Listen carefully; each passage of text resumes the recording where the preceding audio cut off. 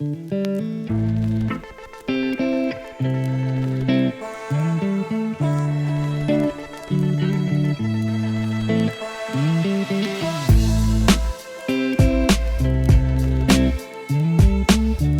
my beautiful friends. Welcome to Proper Madness, formerly Beautifully Broken. My name is Savvy, and I give a unique perspective on mental health by providing tools, guidance, and knowledge on how we can better understand ourselves, as well as our past and present experiences, and in doing so, we can help heal our mental health. I get to speak with a variety of individuals from around the world as they share their stories from their journey through their mental wellness so that it helps others stand strong and use their voice. Welcome back, everyone, to Proper Madness. Today I have Lu.Ci, who is an amazing singer. I've checked out a few of her things, and she's into poetry, and I've had the honor to have her on my podcast today and speak about mental health and music. Hey guys, nice to meet you all. My name's Lu.Ci. I'm a musical artist from London, just outside London. It's actually a little town called Twickenham. I also, as you know, just stated, I write poetry. I'm a songwriter. I'm a spoken word artist, and I paint as well, just to kind of add to lots of other things. So, and it's great to be here and be on this podcast as well, because I am a big mental health advocate, and there should be so much more awareness that is kind of put on this issue, because it affects so many people all around the world. And in fact, it even affects, you know, quite a lot of musicians and people that are in the public eye, and all those influencers that you see on Instagram and social media and Facebook and YouTube and so on.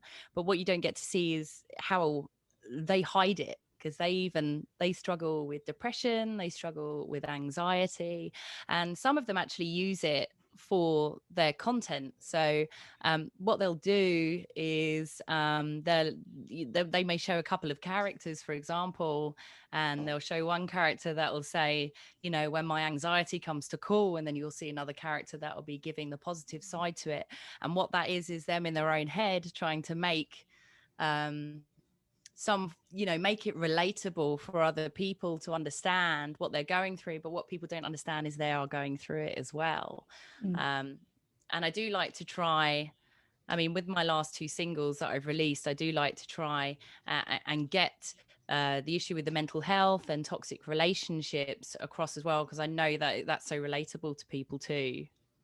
Yeah, I listened to the song Control, your latest single, and I can't tell you how much I related to that, because isn't that true? I think we've all in some way been in a very toxic relationship where it has that hold on us, and that in turn can just really wreck your mental health. And people don't put two and two together, I don't think. They just find like relationships and mental health are separate, but no, it's very much can be the same.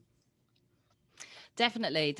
I mean, the reason that I wrote these two singles is because it's come from personal experience. So, and I can't say that I've actually come across a relationship that's actually been positive. I'm laughing about it. I suppose that's probably my way of dealing with it, because I'm okay to talk about it now. And I will talk about it to help other people so that they know that they're not alone. But when I wrote these, so the first one was actually Girl You Used to Know. So that's a mixture of kind of rap, spoken word, with a singing chorus. Now, what that's about is I actually originally wrote it as a poem. Okay. Oh, okay. That makes sense So now. Yeah. So I originally wrote it as a poem, and then I kind of mixed it up a bit for a rap. And I saw my producer, and I was reading him, you know, some of my poetry, and he said, "Do you reckon you could put that to a beat?" And I said, well, yeah, why not? Let's give it a go. And the story of that was when I was actually in a toxic and controlling relationship. And it was me explaining what it's like to be in that type of relationship and how that can affect you mentally as a person. So I'm actually talking about this character, and what I'm doing is I'm talking about myself in third person, or as if I'm actually talking to myself and saying, you know, She's keeping her head down, and she's got all these anxieties and paranoia and so on. And then the chorus comes along, and I had to write that a year and a half later. Oh, wow. Because it had been that long since I'd been out of that relationship. Yeah. And I thought, well, what am I going to do here? And it's always good to have some kind of an empowering message, to try and give people that little bit of hope, and that they will be free and things will get better. So then I wrote the chorus, which is, hey there, pretty girl, keep your head high. You're worth more than gold. You're worth more than and you're going to find your soul, and that's how Girl You Used to Know came along. It's actually part of a trilogy. And the second one is Control, which you've just mentioned. So Control has a bit of a darker side to it with light. There's a balance there. It will make sense in a moment. So what Control actually is I actually wrote that in lockdown. Oh, wow. And although I was physically locked in my house and by myself, it was the first time that I actually felt emotionally free to be myself, with no opinions, with nobody around me judging me, with nobody telling me what I can and what I can't do, or what to wear, or where to go and what time to be there. And if there's going to be, I don't know, some kind of punishment if I'm not there or anything like that, because that's the stuff that you go through when you're in that kind of a toxic relationship. So I was kind of reflecting on it and just thought, you know what? You don't control me anymore. You don't control me. I'm safe. My emotions are my own. My body is my own. I can do whatever I want to do, and you don't control me. And that's where control comes from. So the first lines are, you do not control me. You don't live here anymore. Now, people might actually think that that's a physical, you don't live with me anymore. Okay. But that's more mentally. You don't live here anymore. You don't live in my head anymore. I have overcome you and all your whisperings that you've left behind, because you do get that. It's a bit like PTSD. Yeah. Yeah.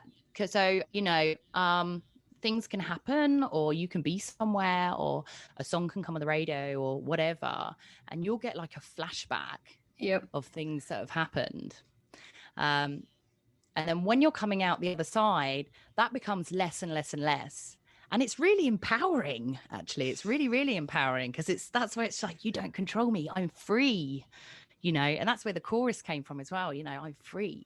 In other words, that's it. You don't have any power over me. And there's going to be, and that's where control came from.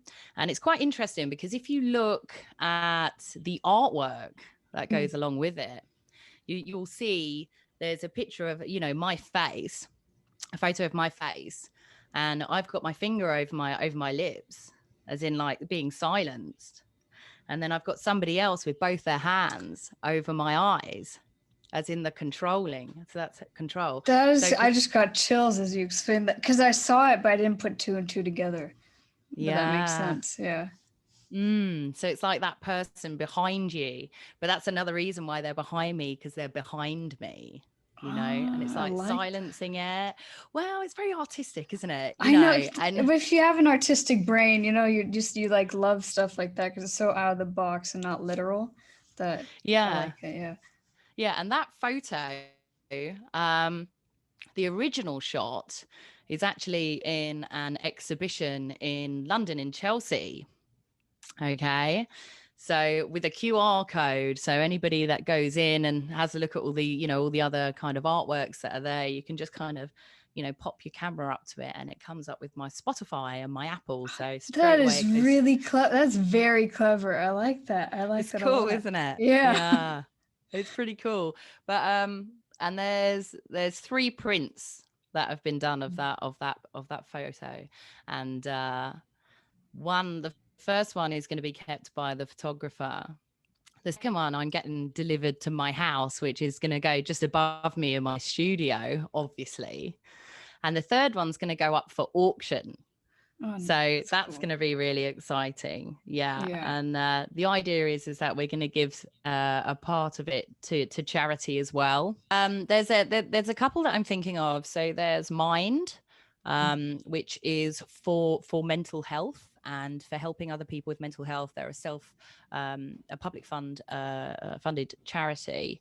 And I also like the idea of a women's charity as well, to help abused women escape their abusive relationships. Yeah. Do you mind talking about your previous, like how you came out of it, how you recognized it, and what inspired you to just leave? Because I know so many people are stuck in toxic relationships. Either they don't know it, or they do, and they're just, they have that sense of fear of abandonment in a way, and they can't to let go. Do you mind talking about that?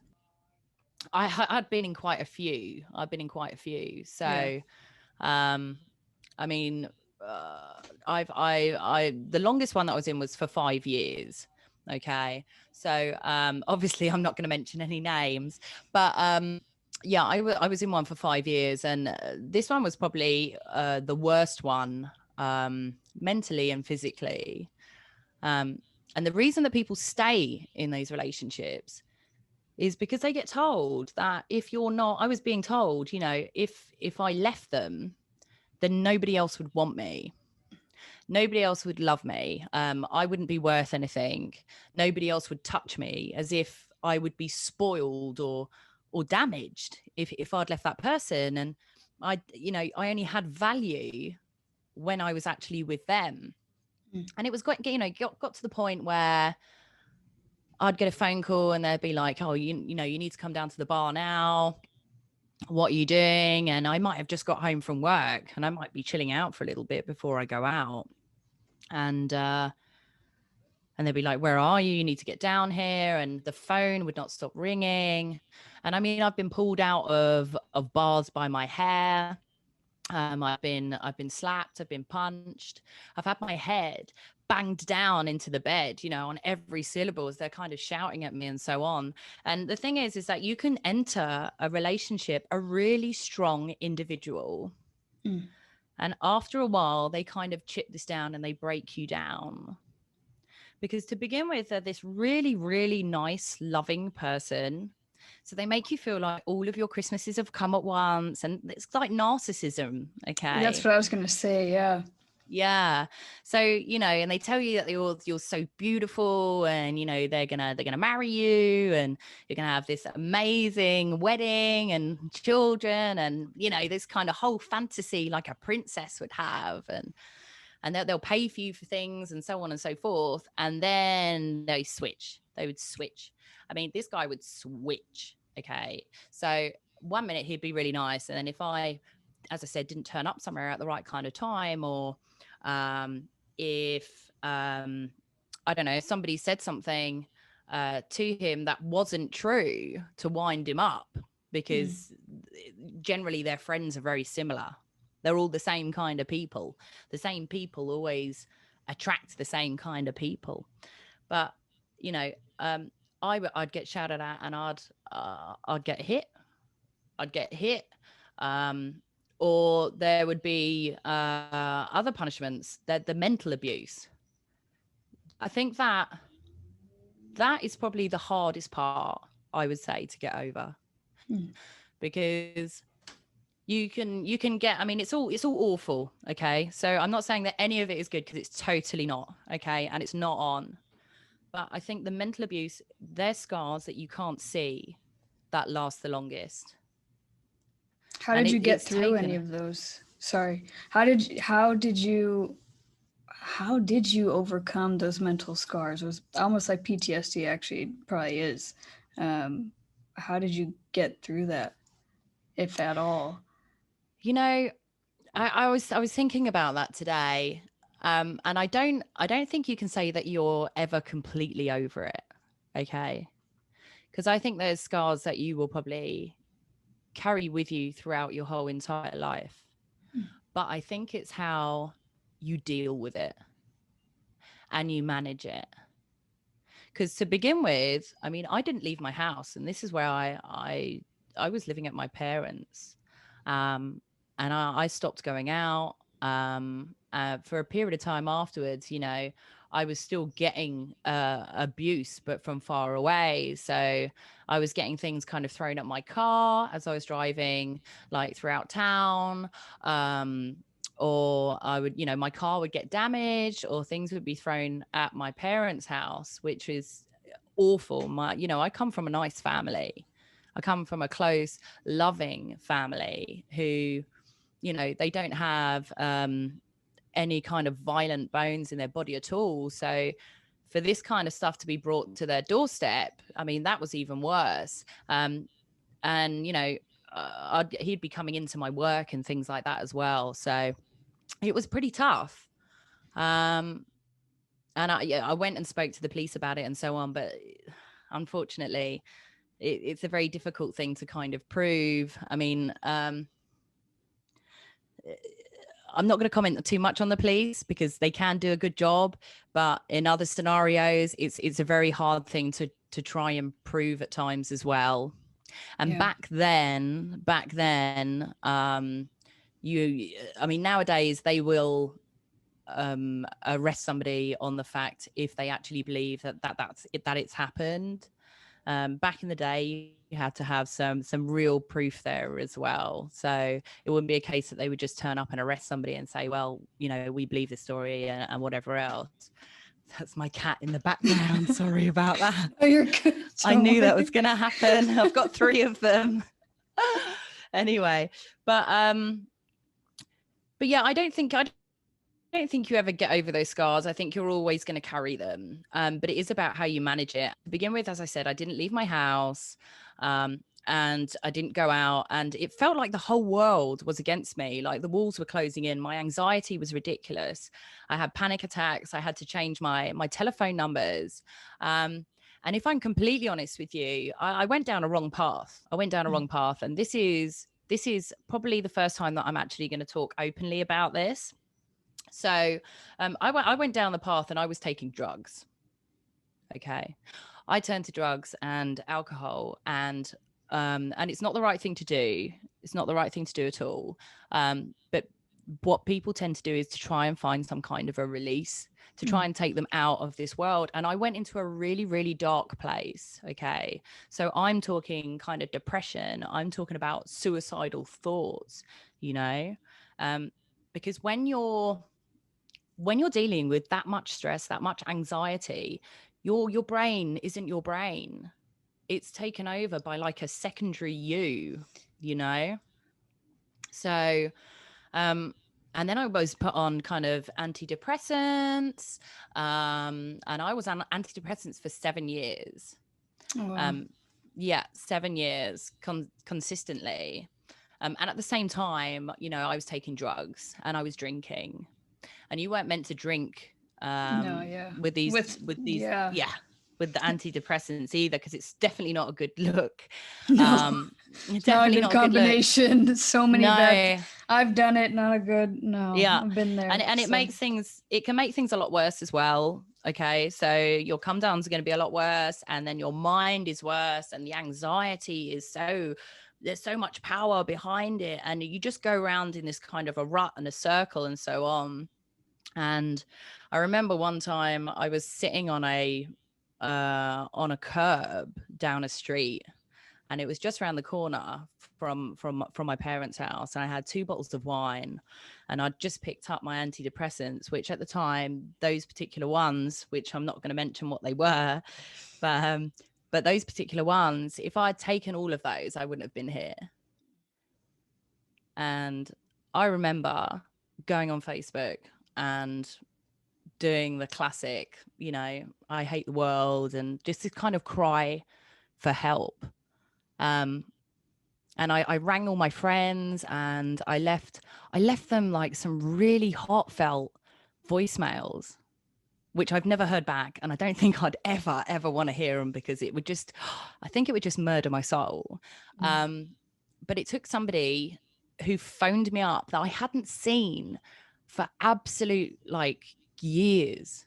years and years and years and just said, what is going on? Where are you? What are you doing? And it stopped me from doing it. And my family didn't realize that happened. I'd never told them. Probably a bit out of shame, I'd say, because I don't think you'd ever like to imagine. I mean, I don't have children, but I don't think you'd ever want to imagine your kids are going through something like that. Yeah. But also, you don't want to show it. You don't want to show No. it. You don't want to show your weakness, you know? That's how you feel, like it's a weakness.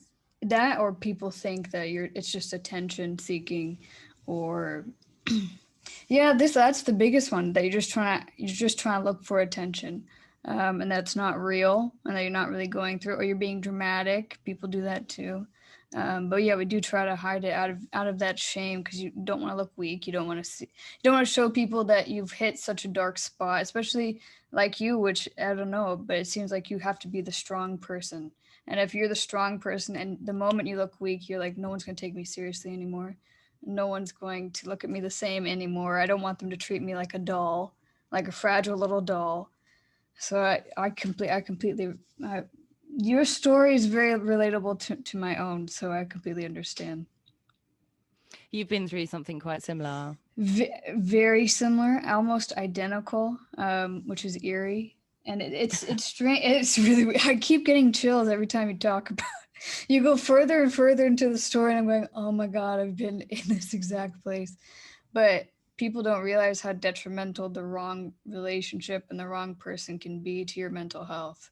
Um, Bad, just really bad. I too was in a very abusive, narcissistic relationship. I didn't turn to drugs at that point. I did it earlier on in college. But that's just because growing up, I had to deal with emotional abuse from all ends.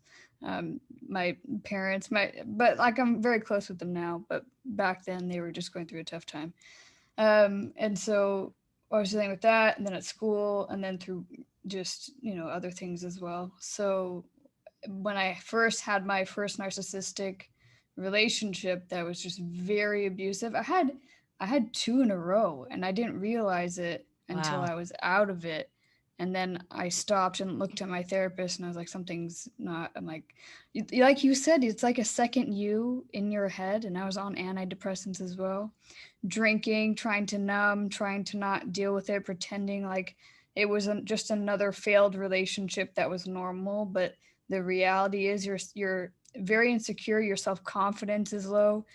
You can't, like, I remember just not being able to even look at myself in the mirror, Oh, not being, yeah. yeah, like not being able to even look a person in the eye. Like, I just always be looking down all the time. I never wanted to speak my truth. I never wanted to speak up. I never wanted to say anything. So I completely understand. And I have had a few, but that's just because I've had depression. But those toxic relationships triggered the hell out of it. Oh, yeah, 100%. Yeah. I completely agree with that. And just going back to what you were saying about not being able to look in the mirror, okay? Because at the time when I was going through that, I lost loads and loads and loads of weight, and I Say, became yep. anorexic. Okay. So, like, my elbows were bigger than my arms, my knees were larger than my legs. And people were saying to me, like, wow, Lu.Ci, like, seriously, you're going to need to sort this out. You're going to need to eat some more. You need to look at yourself. And can I just say, for all the listeners out there, if you have got a friend that is underweight, turning around and telling them to eat more does not make them feel any better, and it does not solve the problem. If anything, it makes them more paranoid about themselves, gives them more anxiety, and you are going to push them further into a bad diet. Okay, they need professional help, and it usually comes down to counseling or some form like that. But it was so bad for me, and my sister's actually got photos. She's got photos of me where I was so skinny, and one day she pulled them out and she went, wow, look at these. And I just stood there and I just cried. I just cried because my face was all red, my cheeks were all dipped in, and I looked really old. I looked really old. And at the time, I was like 22. Oh, wow. And I looked really, really old. And I just said to her, I said, never bring those photos out again. I don't want to see them. Never show me them. You know, all the bones in my back were sticking out. You could see my rib cage. It was not good. It was not good.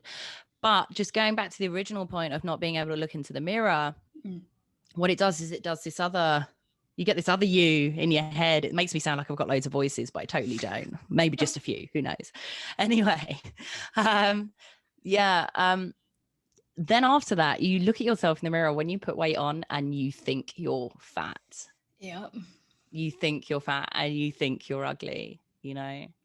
And I think the largest size that I kind of got to was between like a 14 and a 16, which let's face it, it's not large. It's not large. It doesn't matter what size you are, you're beautiful. Do you know what I mean?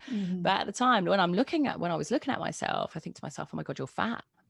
And sometimes I still get that bit of a demon now. And now I've lost weight again and I'm down to a size 10, right? Which is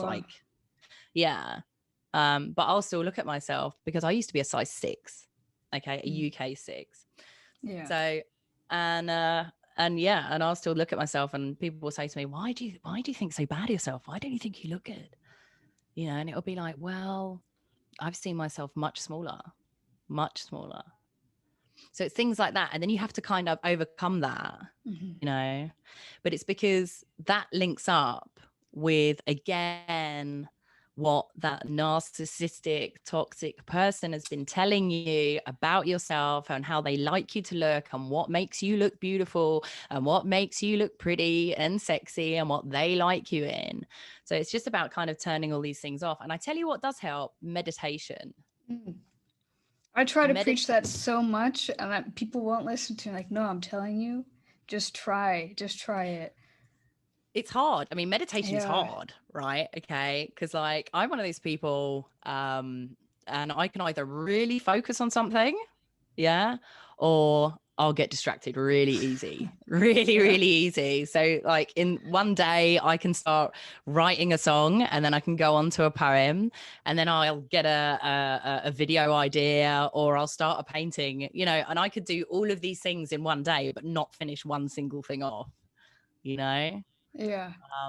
Meditation can be hard, so to sit down and kind of focus and so on, but that's where you go wrong. Okay, you don't focus. Now some people can do the guided meditation, and I actually made one during lockdown because I noticed that all of my followers, all of their posts, because I do look at everybody's stuff, you know, when I've got time. I'm like super busy doing all different bits, going to studios, London, blah blah blah, but I noticed that everybody was like really, really down, and all the posts and all their poetry and everything that they were writing and anything that they were kind of sharing out was negative. And I just thought, right, I can't deal with this any longer. You know, I'm gonna do something for you guys. So I wrote them a meditation, which is on my YouTube, it's on my Instagram. And it's like 7 minutes long. So it's specifically for those people that can't focus for very long. And it's a guided one. Which means that I'm kind of talking you through it for anybody who's listening who know what it is. I'm talking you through it and I'm telling you what to do. And it's got kind of like water noises in it and so on. It's actually quite relaxing and stuff. It took me a while to do, but it's pretty cool. But the thing is with meditation is that if you're focusing to relax, you're never going to relax. You're never going to relax. You literally just have to kind of sit there. And there's people that I know that don't actually listen to anything because it is just about breathing and listening to the noises around you and being aware of what your body's doing and how your body's breathing and feeling the air going in and out and any pressure points that, you know, on how you're sitting and so on. It's just about concentrating on that kind of stuff. And you can start off with like a couple of minutes a day and then build up to like 5 minutes, or only do it when you're stressed, when you're anxious. All of that stuff helps, definitely. I started breath work last night for the first time. I hadn't been sleeping and my depression's been back. And so, all right, let me try this breath work thing that everyone talks about. So I tried that last night and I can't tell you, I slept so well. And I woke up this morning and my nervous system was just a little bit more regulated and calm, and my head was a bit more clear. So I don't know. Have you ever tried breath work at all or no? I haven't tried that, but I tell you what I have. What I found the other day was laughing therapy. What? Yeah. Have you heard of this? It's I've like I've super heard of it crazy. like vaguely, just vaguely. Okay.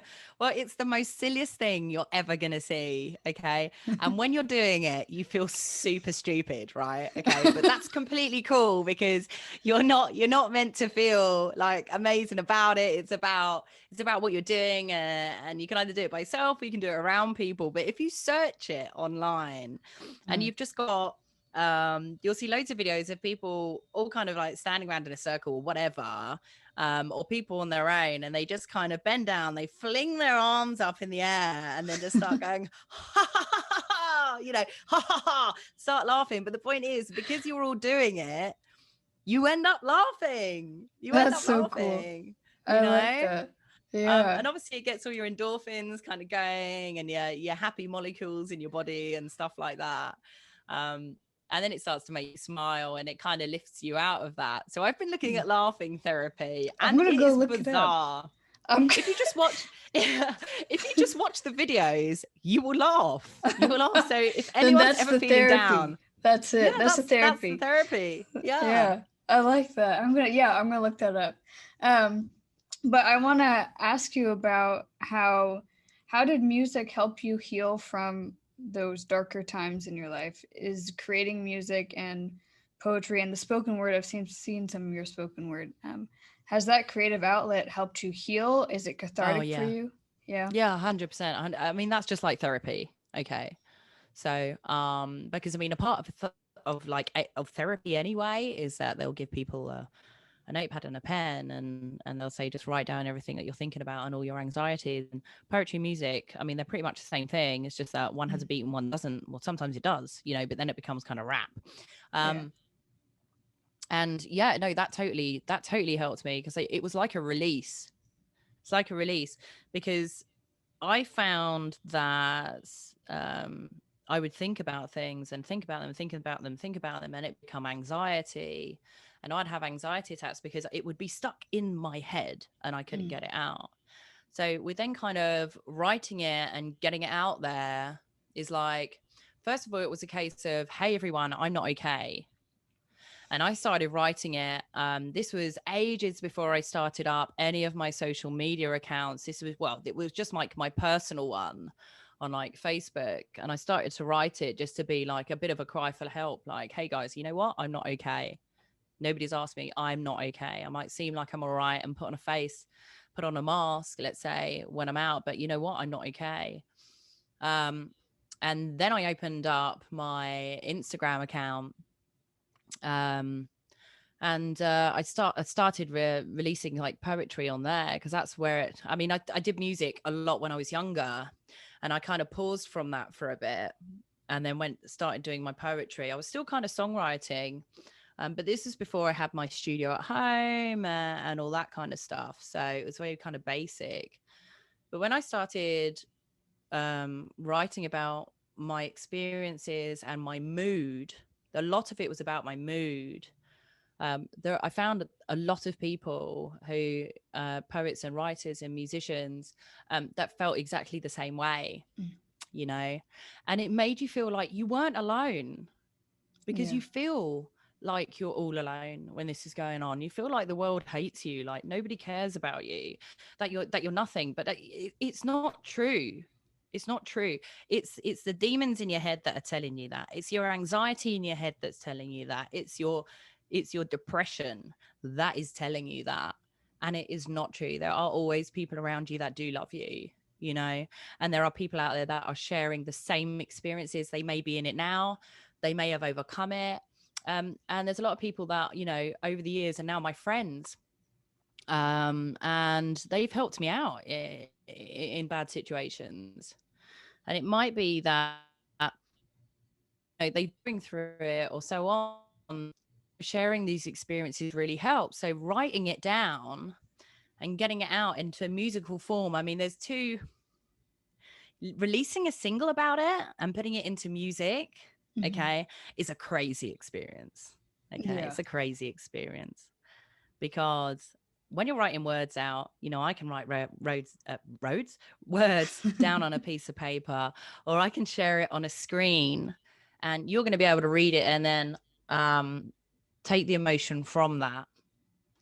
But when I've got an idea of music in my head, and then to be able to transfer that sound to show you that emotion to go along with the message, and then to actually hear it, so it transposes, it transforms coming out of a speaker, is just crazy. And every time I know I've got it right because I get emotional.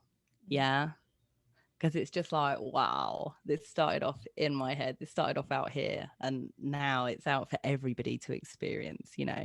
It's like being completely naked, but it's such a release. It's such a release just to say, like, yeah, this is my story, and you know what, I'm going to share it with you.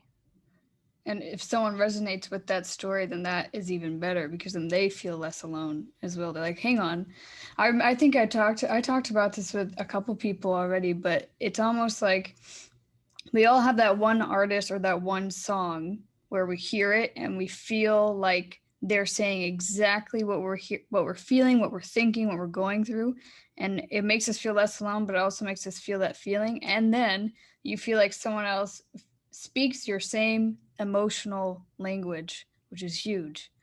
And you get like a release out of that as well, right? Yeah, 100%, 100%.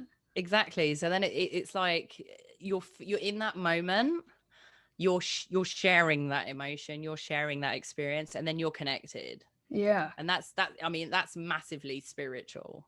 Oh yes. Yeah. There's something hugely spiritual about it. But as I said, I've had people that have said to me, every morning I listen to your song Control, because they're going through something, and my music is giving them empowerment, and hope. And it's so touching. Yeah. And it's a bit crazy as well, because you're like, me, something that I've done. I'm just a girl, like, I'm just a human being. But it's just such a nice feeling to know that you're helping somebody else that's been in a really difficult situation or is going through it, because I never want anybody to feel like they're on their own. And that's why I write a lot that I write. And whether it be poetry or music, whatever, that's why I do it, because I just think, number one, I want to release. I mean, let's face it, I'm going to think about me, because I am me and I'm living me. But on the other side of it as well, it's like, I want people to know that they're not alone, because me back then, a few years ago, I wish I'd had more support. Okay. So I wish I'd have more people that I'd known at that time who were going through something, that same situation as me, or had been there. And I wish I had that support around me by people that had experienced it, to be able to give me advice and just be like, hey babe, stop it. Turn your mind off. This isn't the way it's going to do, or come with me, or, I'm going to point you in the right direction. Let's go and see a group or whatever. And I never had that, so, and I don't want other people to kind of go through that and just think they're totally on their own, because they're not. Nearly made me emotional. I made myself emotional. I've had people cry on this podcast. Yeah. But I appreciate you saying that, because I feel like so many people out there, and your head is a lonely place. Your head can be a very, very lonely, isolating place, because like you said, you have that second, like that demon, or I call it an anxiety gremlin. There's like a little gremlin that tries to kind of steer your car off the road and make you do something silly. But that's not you. I think we equate that same voice to us, and it's completely different. And then it makes us, like the real us, feel alone. But I appreciate you saying that, how you did, because I needed to hear that, to be honest, at this very moment, in this very time, as spiritual and serendipitous as that is. That's, I needed to hear that, is you're not alone. There are other people who are going through that. Do you find that there's a big stigma around. You mentioned this before at the very start. Musicians or people in that industry where they have to wear a mask to come Mm, across a certain way or wear different hats. mm. Um, what is your, take on that and how, I mean, on your mental health? I can't imagine how bad that would be. Well, I have seen, especially lately, and going through the kind of the lockdown and the pandemic, I've seen so many influencers and musicians, and artists and poets, writers, and so on, who are breaking down in their stories, okay, or they're sharing their videos, and you can tell that they've got a problem. And Mm, I've watched some people kind of deteriorate, um and I've reached out to some, but what they'll say is, I'm all right, okay. Some of them will kind of mask it and say, I'm fine. I've just had some stuff that's been going on, but it's all okay. And I'm sitting there and I can see it. It's like, I see you. mm, I can see you in your eyes. I can see into your soul. I know that there's something going on, but what can you do? You can say, look, I'm here if you need me. But it's pressure. I mean, yeah. I've got 21,000 followers. And I love the fact that they're along with me on my journey. Um, but it can cause a lot of pressure. It can cause a lot of pressure. So you find, you're going to be on camera a lot more. You'll be explaining yourself a lot more. And the problem is that due to lockdown, there's a lot of things that we still can't do. And previously we couldn't do anything. So um, it was very hard to kind of think of different stuff to do. Mm, And some people kind of got a bit lost with it. And especially if you're used to, I mean, I was going out gigging all the time. Okay. So I was having like a couple of gigs a week on a Friday and a Saturday, sometimes during the week as well. So I was constantly busy. And I, down the studio, blah, blah, blah. And then there was just nothing, absolutely nothing. And I couldn't see anybody. So I didn't have any audience, and I didn't have, and you're kind of used to that entertainment, Um, and then you're just kind of stuck in four walls by yourself, like, oh, what am I, what am I meant to do? You know? And it's a completely, because you're used to a release when you're a performer, when you're getting up on stage, it's a release. So some people go to the gym, right? mm. Okay. Some people, they love going to the gym.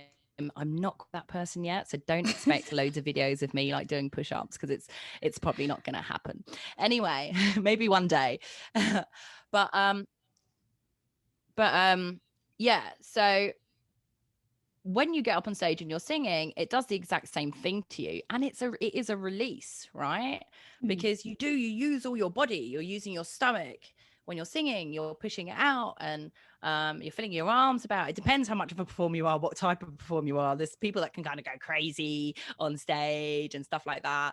But you are using like all of your muscles and so on. Okay. yeah. And it tires you out, but it is a complete release, and you're relaxed afterwards, and it's great, and you kind of clear your mind. And again, there's something very spiritual about it. And like some would say, I would say that's my meditation as well, Mm, you know. And so when you've got that kind of taken away from you, and you're used to your type of meditation, your release, then you're just like, oh, what am I meant to do now? yeah. You know? And I have been seeing, as I said, like, more people kind of breaking down, and they won't say anything. And I think the point that I would like to make is that when you are, it doesn't matter how many followers somebody has. Like, life is not about followers. Life is not about likes. Life is not about how many comment and tell you how beautiful or great you are. Okay. Life isn't about that. Your value doesn't rely on how many people follow you. I cannot make that any more perfectly clear. Yeah.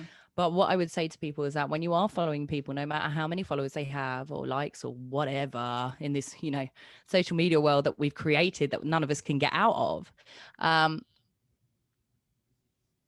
when do you actually ask how somebody is? When do you actually stop and just say, yeah, great photo, but how are you today? Yeah. don't assume that everyone's all right because they've taken a photo of the beach and they're looking banging. Don't assume that everyone's all right because, hey, I know they did a show like yesterday and it looked great, so I know that they're fine. No, it doesn't work like that. It doesn't work like that. Everybody's got pressures. Everybody's got life, you know? And social media doesn't show all of that. Just because somebody doesn't put all of their bad parts of their life or their negative bits of their life on social media doesn't mean that they're okay. What it does mean is that we live in a society where people don't want to watch bad news. That's why you see more people on Instagram than you do on Facebook or Twitter. That is very true. And that's because Instagram only shares beauty. Okay. Instagram, you hear about child abuse. You won't see anything about animal abuse. I mean, God, it was hard enough to be able to see some things about what's going on in Palestine. People weren't sharing that. No. And they needed to share it. But you see it on Facebook, but you see it on Twitter. And that's why most people use Instagram or TikTok. It's exactly the same. It's exactly the same. So if there's anything negative, we as humans, we want to turn it off. We want to cut off and we want to walk away from it. But we need to care more about it because it's life. It's real stuff. Nobody can be happy all the time. You could be the biggest guru in the universe. Okay? You're going to tell me that you don't have negative thoughts? You're going to tell me that you don't get anxiety? Shut up. Of course you do. But it's how you manage it and it's how you deal with it. I will speak to some of the larger influencers and we'll have a conversation. And I'll say to them, look, hey, how you doing? Things all right? Seeing what's kind of going on. A bit worried. Are you okay? I mean, depending how well I know them. And at the same time, I'll get people that will say to me, oh, have you seen their stories? What's going on with them? What's happening? And, and people, of course, like they'll talk about it and almost, well, they'll judge them or have an opinion about, oh, they're looking a bit crazy or they're going off the rails. And I'll just say like, well, okay, did you ask them how they were? Or are they just a TV show? They're not a human. Are they just entertainment? Are they just fish in a bowl and you're just, you think you're feeding them, Oh, ain't that the truth? With YouTube especially, I find it's like people expect that every single person on that platform is there for their entertainment, so everyone has an opinion and some sort of judgment. And I'm going, but that's a person. Like, watch what you say to someone. That is a person that you're watching. It's not, yeah. And that's the other thing. The problem is that you've got people that are quite negative. And the larger following that you have, the more negativity, more negative people that you will come across as well.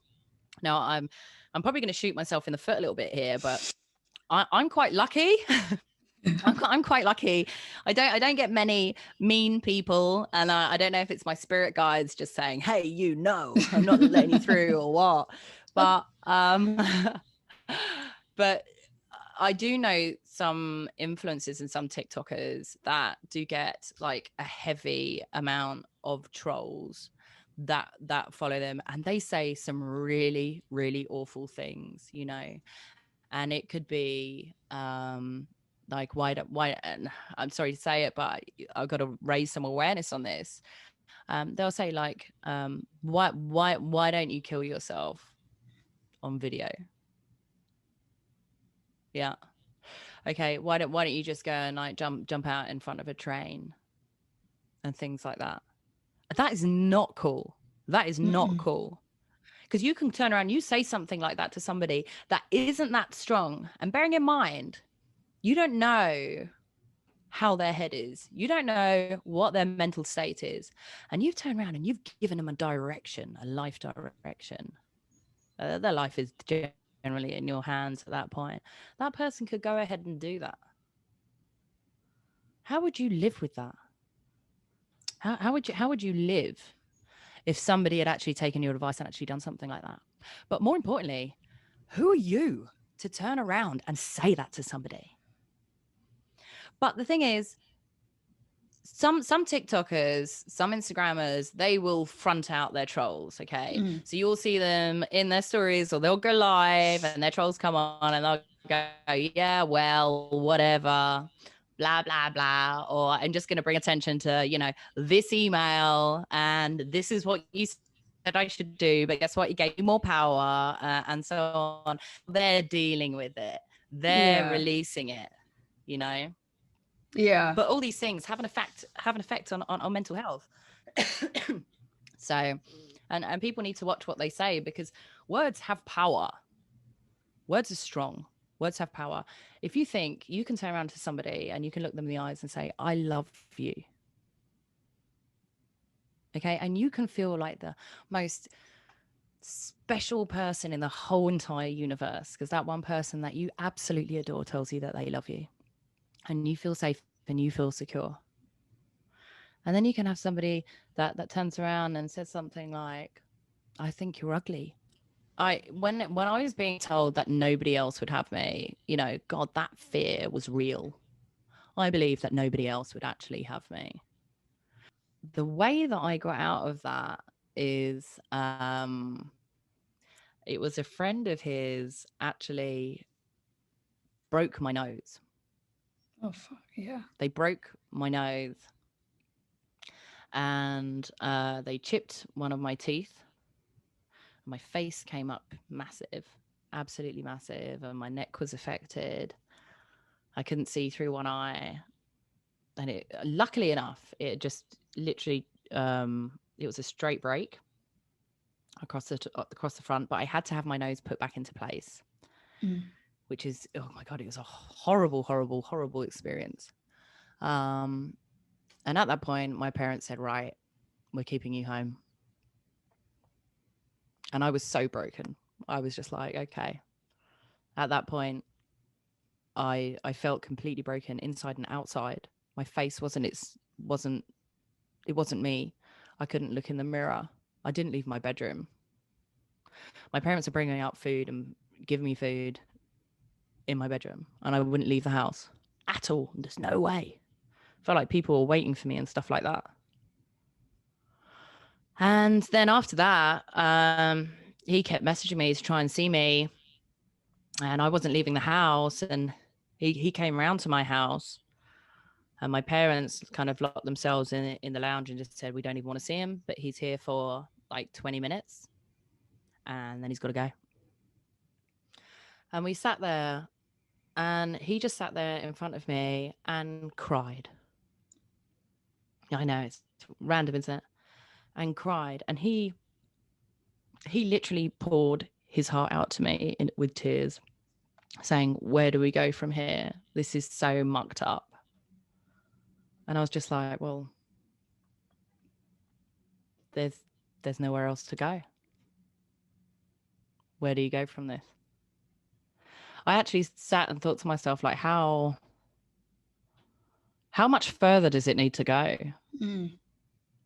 How much further does this situation need to go? Do I need to get stabbed?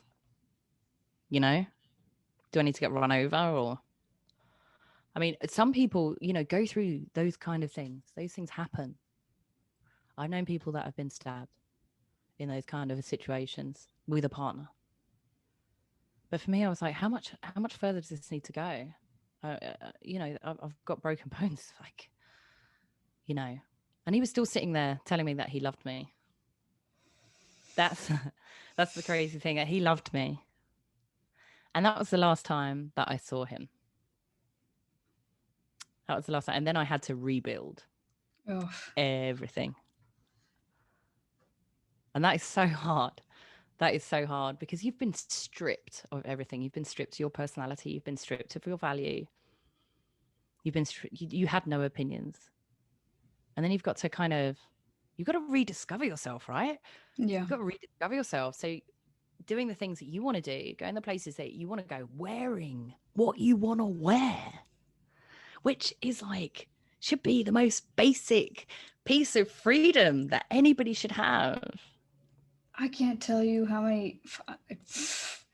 Yeah, I actually very recently, this sounds so silly and stupid, just dumb, but it's small and it matters. I was for years told in several different relationships how to look. In my most recent one, I was told, "You look good blonde." And I went, "No, no, I've never done." I'm like, "I'm look." That would take forever. That would take ages. That's hundreds of dollars. I have naturally dark hair. I don't like. I just kept saying no. But with that narcissistic abuse lingering in the back of my head, I kept thinking, okay, well, maybe I'll try it. I'll try, because they threaten to leave if you don't do what they want you to do. Yeah. So then he left. I did that. Guess what? Didn't come back, and I completely changed my physical appearance. And then a relationship before that, they told me, you dress too provocative. You should dress a little bit more modest. And I went, what?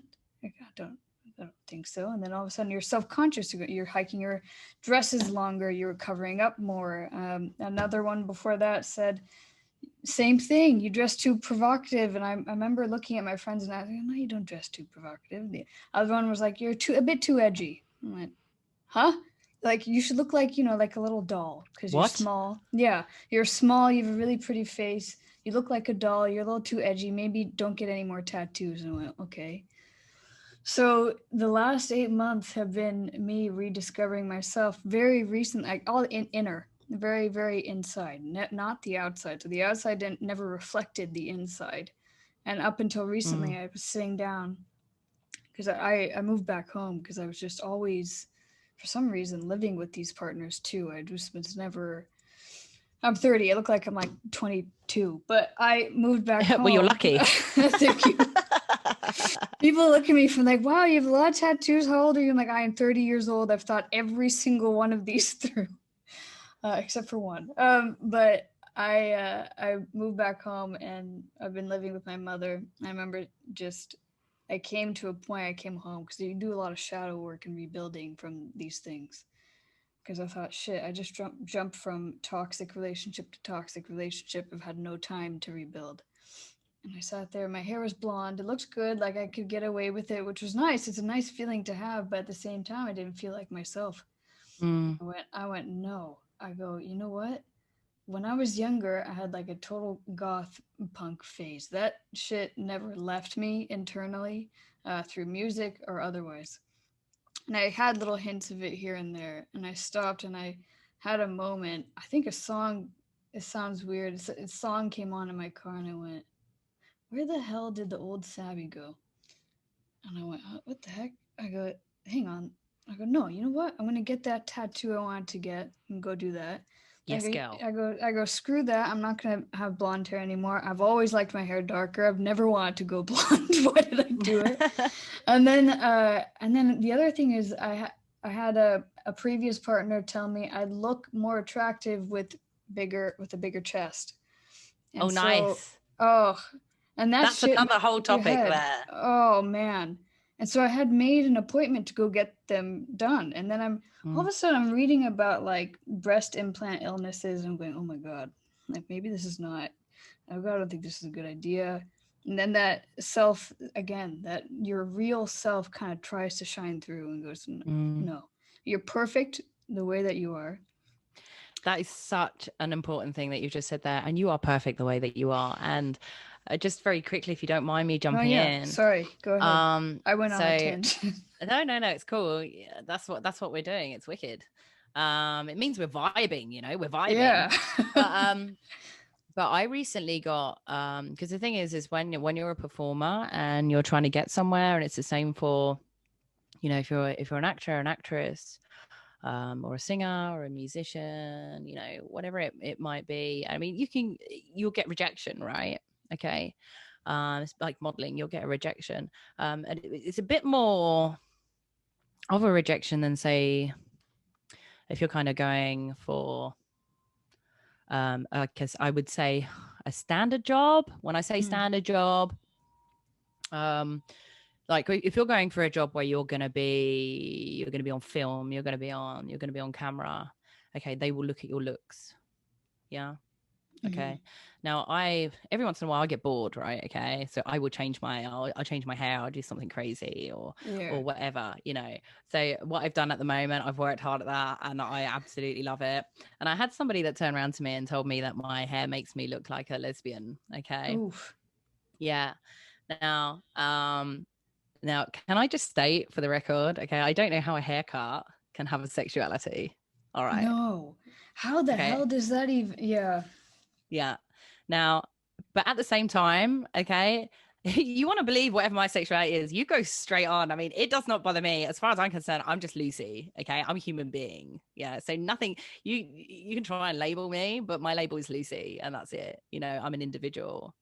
But my point is that I recently had an artist management company who was looking at my profile and was listening to like my music and kind of checking me out. And they were talking with my producer, and my producer came back to me and just said, "Look, they said no."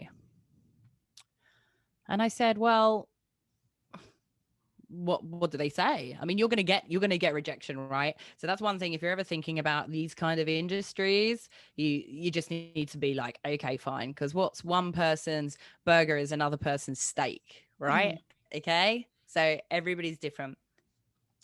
And I said, why is that? Okay, and they'd said because I didn't have, okay, quote, the Instagram model look. Now, what they meant by this was that I haven't injected my lips. Okay. I haven't paid for bigger breasts. I haven't had any implants in my bum. And I don't wear fake eyelashes and I haven't had hair extensions. I am natural. I'm a natural and that's the way that I am. Okay. I haven't had any Botox or anything like that. Who knows, in a few years I might do a bit of Botox, but it depends on how I feel. Depends if I have money. Anyway, but the point is that they just looked at me and they said no based on my looks.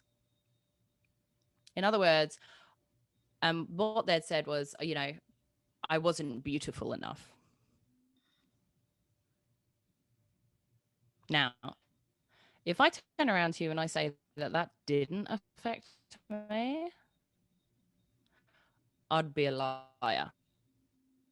And there's one thing that I'm not, and I'm not a liar. That did affect me. And for a moment, I thought to myself, well, what's wrong with my look? Well, what do I need to do? You know, like, what am I meant to go out and have like loads and loads and loads of tattoos? Am I meant to go out and like fill my lips now? Are they going to change their mind if I wear a wig? Yeah. I was like, no, that's ridiculous. That's stupid. Why am I going to go and do all that just to please somebody else?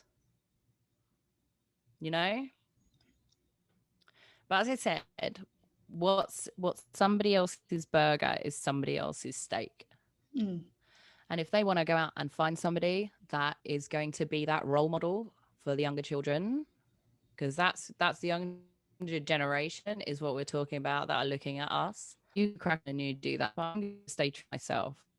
And and you know what? If that's it with you, then whatever. Bye. Yeah. Yeah. I understand why some people do change themselves, okay? And if there's something that makes you really genuinely unhappy about yourself to the point where you can't live with it, okay, and you feel that you're going to be happier to do it, then you do that if it's your choice, okay? If it is your choice, you're choosing to do it for yourself and for nobody else, then by all means, you do what you want to do, but never change yourself for someone else. But if anyone is listening that has resonated with your story, what you've been through, what would be the advice that you give them? What would you want to say to them? You're not alone and you're never going to be alone. And you're going to get out the other side. If you're going through something right now, you're going to get out the other side and you're going to be a stronger you. You're going to be a stronger you and you're going to rediscover yourself and you're going to find what you want to do and you're going to go and do it. And you're going to, from this moment on, you are going to believe that you have value. and that you can do anything that you want to do because you are beautiful and you deserve to be loved. Oh, the last one. No, I got myself a bit there. Yeah, hey guys, you can find me on Spotify, which is Lu.Ci, that's Lu.Ci, okay? And let me just explain my artist name very quickly, okay? So my name's Lu.Ci, and my parents, my family call me Lu, okay? So the idea was the C is it's because I'm putting out my experiences and how I feel and how I see the world. So it's Lu.Ci. Okay, so it's Lu.Ci. You can find me on Spotify. You can find me on Apple Music, on Deezer. I've got a YouTube account. You can come follow me there as well. You can follow me on Instagram and Twitter and on Facebook, which is Lu.Ci. So Lu.Ci_P. Had to add the P because, you know, I haven't bought anybody else out of that at the moment, but it's fine. It's coming. But yeah, so it's Lu.Ci P. And you can find me on there and you can kind of catch up with all my music and all my poetry and my experiences and, you know, just like the normal today life. Like if you want to experience some real stuff with stuff going on and not just somebody that's fake, then come follow me, guys. Thank you so much for listening, and remember, you have to go through the eye of the storm to see the clear horizon ahead.